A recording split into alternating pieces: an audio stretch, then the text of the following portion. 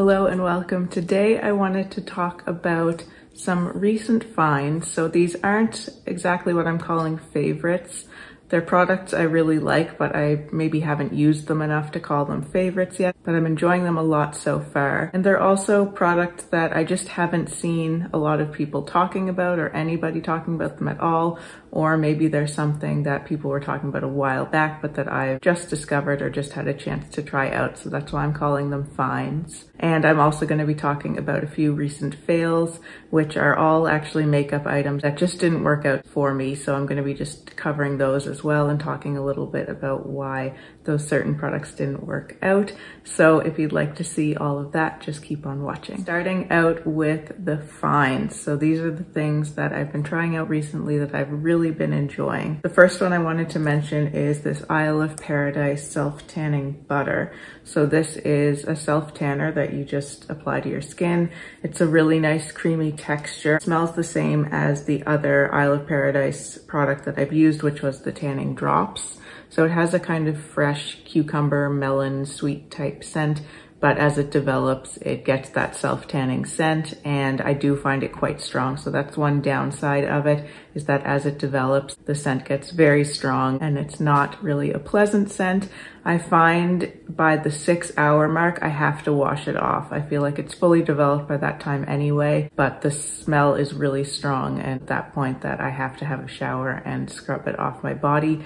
But I just find this so easy to use. I don't use it straight, so I always mix it in with my body moisturizer. And in fact, I use mostly body moisturizer and then just maybe like a 2-second little squeeze of this and mix it all together and apply it to my body. It's just really easy to use. It sinks into the skin really quickly, so you don't have to wait around too long before you put your clothing on, and it just works really nicely. I like the color it gives. It's pretty subtle the way that I use it, and just gives a really nice natural looking even bronzing all over the skin. The texture is very nice and creamy. It's like a thicker body cream, but I wouldn't consider it as thick as most body butters that I've used. It's just sort of somewhere in between. I don't know if it's just because of the color or the ingredients in this that kind of smooth and make the skin look a little bit more firm and soft. I got this as one of those gift with purchase offers at Sephora, and I've been enjoying it a lot. The next thing I wanted to talk about, I don't have it here with me because all I've used is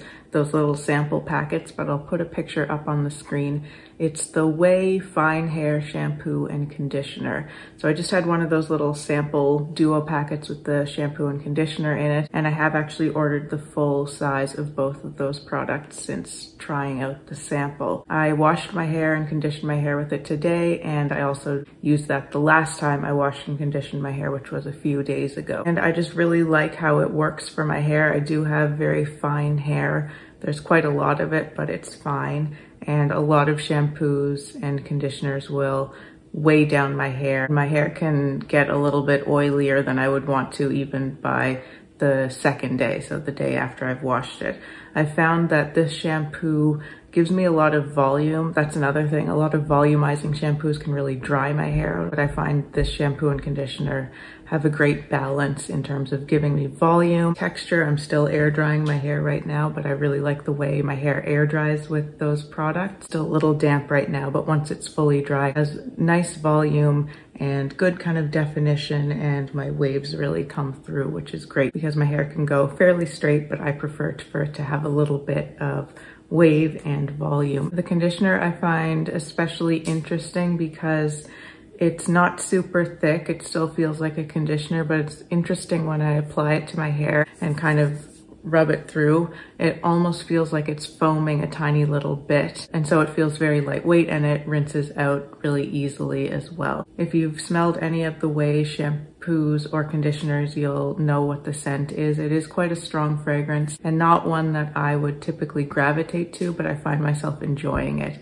It's quite a floral fragrance, and as I say, it's fairly strong, but I don't mind it, and I'm coming to enjoy it quite a lot, and it actually lasts in the hair. So I find most of my shampoos and conditioners, the smell doesn't last in my hair, but this one I'm finding even on the second or third day, I can still smell it a little bit, and I like that about it. It just keeps me feeling fresh, and it has a really kind of fresh, clean scent. And then going along with that for hair, The other two things that I've been enjoying are the Lolavi products. Lolavi is Jennifer Aniston's hair brand, and when they first launched, they didn't ship to Canada, so I didn't try it out. Then about a month ago or so, I discovered that they were shipping to Canada, and they had this little set on there which had both of their products in mini sizes with a wet brush. So I've been enjoying the wet brush as well, just a little mini wet brush. But especially these products have been working really nicely, and especially paired with the Ouai shampoo and conditioner. The scent of these, again, isn't something that I would necessarily gravitate to, but I find myself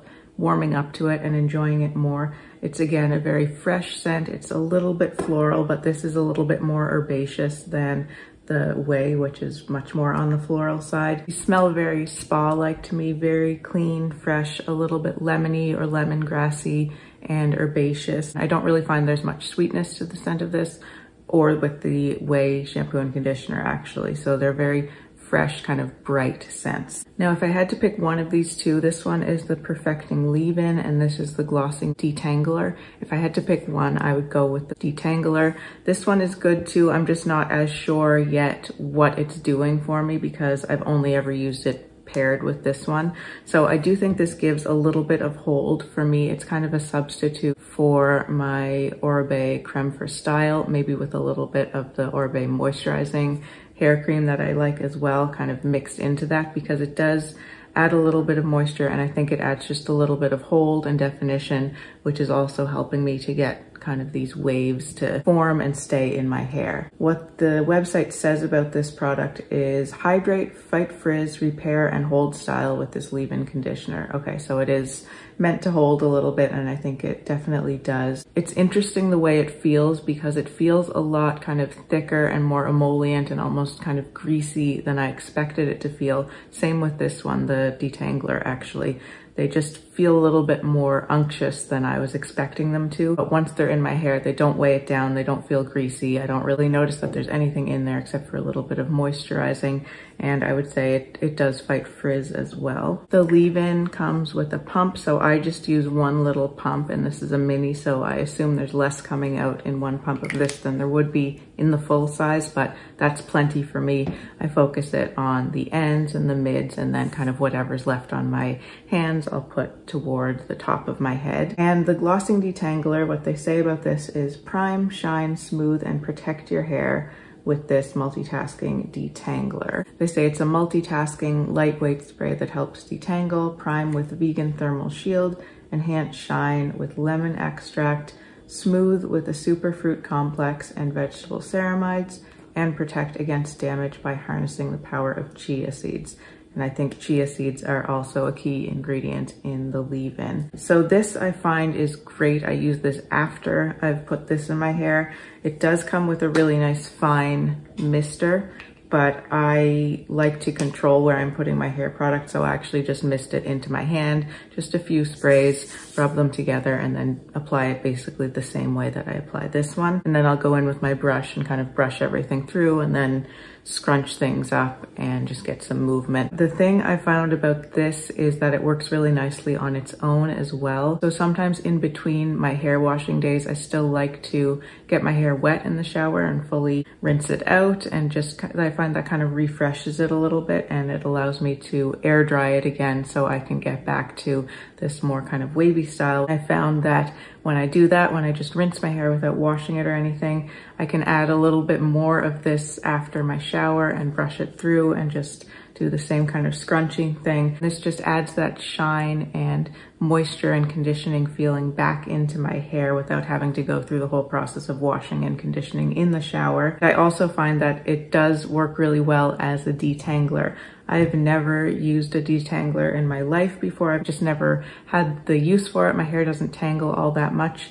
But I think now, especially that this is about the longest my hair has ever gotten, it is a little bit more prone to tangling. And so it really helps to have this to help me to just really easily brush through it. And the scent of these lingers a little bit too. And I think it pairs really nicely actually with the scent of the Ouai shampoo and conditioner. Now, another Ouai product that I wanted to mention is actually one of their perfumes. And again, this is something I got in a little sample. And this is the Rue Saint Honoré fragrance. I've really been enjoying this, and it's again more in that kind of fresh floral category. It's not super sweet. I do find it sweeter than the scent that's in the Ouai shampoo and conditioner. It just feels so springy to me. It reminds me of flowers blooming in spring. It says the key notes are violet, gardenia, and musk.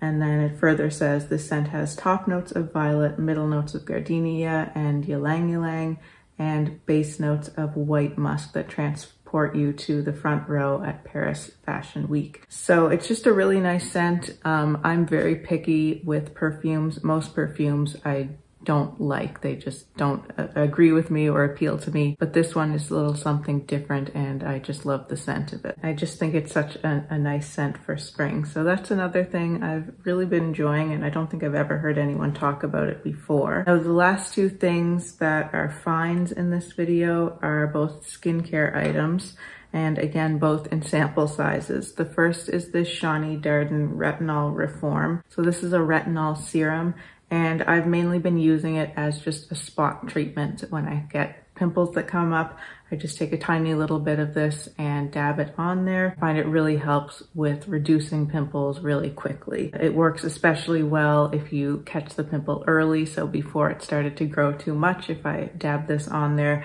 then it kind of stops it in its tracks, and I don't have to deal with the pimple getting any larger or breaking through the skin. The full size is very expensive, so I'm not sure if I will buy a full size of this, but I'm enjoying the sample and finding it really useful. And then the other item is this little Belief Moisturizing Eye Balm. I've come to love the Belief face moisturizers. I use their original one at nighttime, and I use it in the daytime during the winter as well. But now I've switched to using their gel moisturizer in daytime and the original at nighttime. Loving them both still. And I got this as a little sample, this eye balm, and really enjoying it. I like to have a lot of moisture under my eyes and around my eyes during the day. So I'm still using this, the Sunday Riley Auto Correct. I just take a tiny little bit of that and apply that as my first eye cream. I find that helps with depuffing and really firming the skin, but then I still like to have a little bit more moisture, and I feel I can be a little bit more free with this one because it's not quite as expensive as the Sunday Riley. And for this one, I like to actually go in with this tool. This is a little Real Techniques thing that I got from Amazon a couple of years ago. I dropped it and the end broke off, but I just taped it back on. But the important part is this part, which I just keep this in the freezer so it's super cold, and I just dunk this right into the little pot and roll around my eyes with it. And I find that the cold really helps with depuffing as well. And this just adds a beautiful kind of thin but very powerful veil of moisture that sinks into the skin really nicely. I haven't had any issues with it pairing with any types of makeup, no pilling or anything like that. And it just keeps my eye area really nice and hydrated. So I have actually ordered the full size of that as well. And I generally only use this in the daytime, and I find, especially since I'm using that gel cream, which is not as emollient and moisturizing as the Belief original cream, I still want to really bump up the moisture around my eyes, and I think that this really helps with that, where I can keep the rest of my skin a little bit more balanced with the gel cream and then still have the moisture around my eyes with that. So moving into the fails. So just because they didn't work for me doesn't mean they won't work for other people, but I just wanted to let you know what these things are. And some of them aren't even really fails. There's things that I tried that I feel I have other things that are better than these. So the first one is the Tower 28 Tinted Sunscreen. Now this came out in the US several months ago, but it just came out in Canada probably about a month ago. And I ordered it right away because I was very interested in this product. And I actually wore this in a video the first time I was trying it out, and you couldn't see it in the video. But if you looked at my skin in real life up close, this product looked very bad on the skin. It really kind of bunched up. It almost looked a little bit flaky. I tried it a couple of times after that with different moisturizers and so on, but I was still having this issue where it was just like separating from my skin, and it looked really bad. Actually, if you look at one of the photos on the Sephora website of one of the models wearing this product, you can kind of see what it looked like on my skin. There's one of the models that, again, it just didn't seem to agree with their skin, and it had this like kind of bunching up, flaking, like separating quality. So that's pretty much what it looked like on me, except it actually looked worse than that on me. So I decided that was not going to work for me, so I returned it. The next item was the Benefit Peachin blush. So Benefit recently redid all their blushes and brought out a bunch of new shades, and Peachin was one of them. This wasn't terrible, it was fine. It was actually quite a pleasant blush to apply because it was quite light, so it was buildable, and I was able to really gradually build it up on my skin. But I found maybe because it needed so much building to really show up the way I wanted it to, maybe because of that, it just didn't have a very nice texture on my skin. It looked a little bit kind of thick. This one did have shimmers in it, which normally isn't an issue for me with blushes, but they weren't looking very nice on my skin. And I actually found that this blush really emphasized my pores in this area. So that was a bit of a fail for me as well. The next item is the Say Concealer. Now I didn't try this on camera or anything, but I did try it a couple of times on my own, and I really disliked this concealer.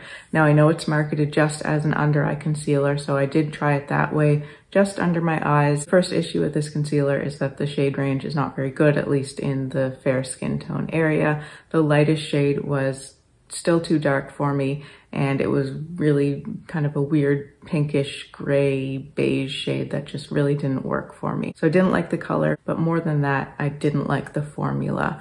I found it felt so heavy and kind of thick and occlusive on my skin, which is not really what I want from a concealer. It just took me back to the days of trying to make CoverGirl foundation in a shade that was too dark work for me, and it always felt really thick and heavy on my skin. So I did not like that concealer at all. I tried it all over my face, and of course that's where it became really obvious how heavy and kind of suffocating it felt on my skin, but I didn't like it just under my eyes either, and the shade was wrong. So that one was unfortunately quite a big fail for me. The next item was the Rose Inc Cream Bronzer. I did a video on that pretty recently, and I wore it a couple of times after that video to just continue testing it. And I did find that when I used it, it lifted off my base makeup, which is not an issue that I often have. I tend to do a pretty thin layer of base makeup, so usually when I'm applying over it, I'm very gentle with it, and things don't move around, because usually I think there's just not enough product on to really